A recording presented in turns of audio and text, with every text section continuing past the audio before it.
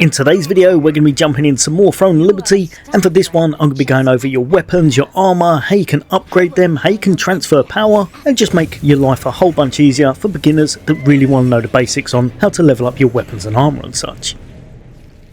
Now obviously this is an MMO and you will be acquiring a whole bunch of loot, a massive amount in fact, as you do in pretty much all of these MMOs and ARPGs and such, and you can get quite overwhelmed because there's a lot going on at once in this game. However, one thing I want to tell you is that you do not need to worry about levelling up your gear too much, because even when you're putting it on something that's a lesser item, you'll still be able to transfer its power over to something more powerful later on. Now if we go over to just the basics here, you're going to want to go into your enchanting tab just up here. If I wanted to upgrade a ring, I'm going to be using my growth materials I'm earning through the campaign, earning through quests and a lot of other areas, and in general I'd say don't worry about your basic gear, all of the kind of standard white gear, don't worry too much about it. As soon as you can change off into the green or above, that's only when you're really going to start leveling them up. With the leveling up process you can get lucky and it can give you a lot more kind of XP for that item when you're rolling it. As you can see down the bottom here, your chances are 40% for common, 30% for intermediate, greater is 20% and 10% for special.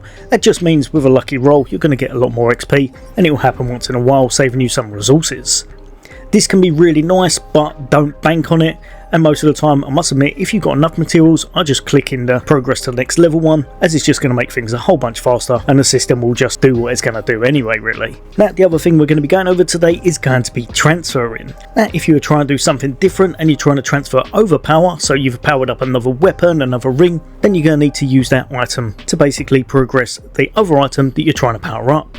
So pick your base item. For this one I would highly recommend your main weapon. That's going to see you through the content, it's going to make your life a whole bunch easier.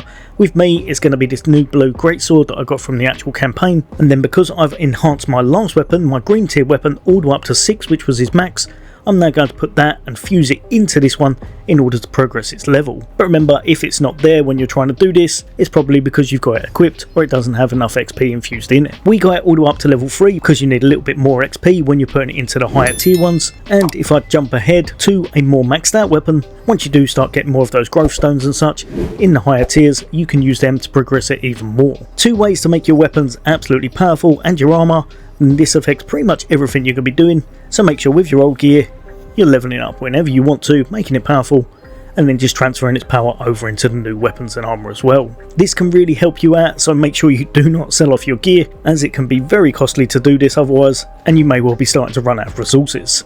But yeah, hopefully that's helped a few of you guys and girls out. There's going to be loads of content on the way from me. I had an absolute nightmare of the servers, so I'm a little bit behind, but as always, for all things gaming, take care. I'll see you on the next day.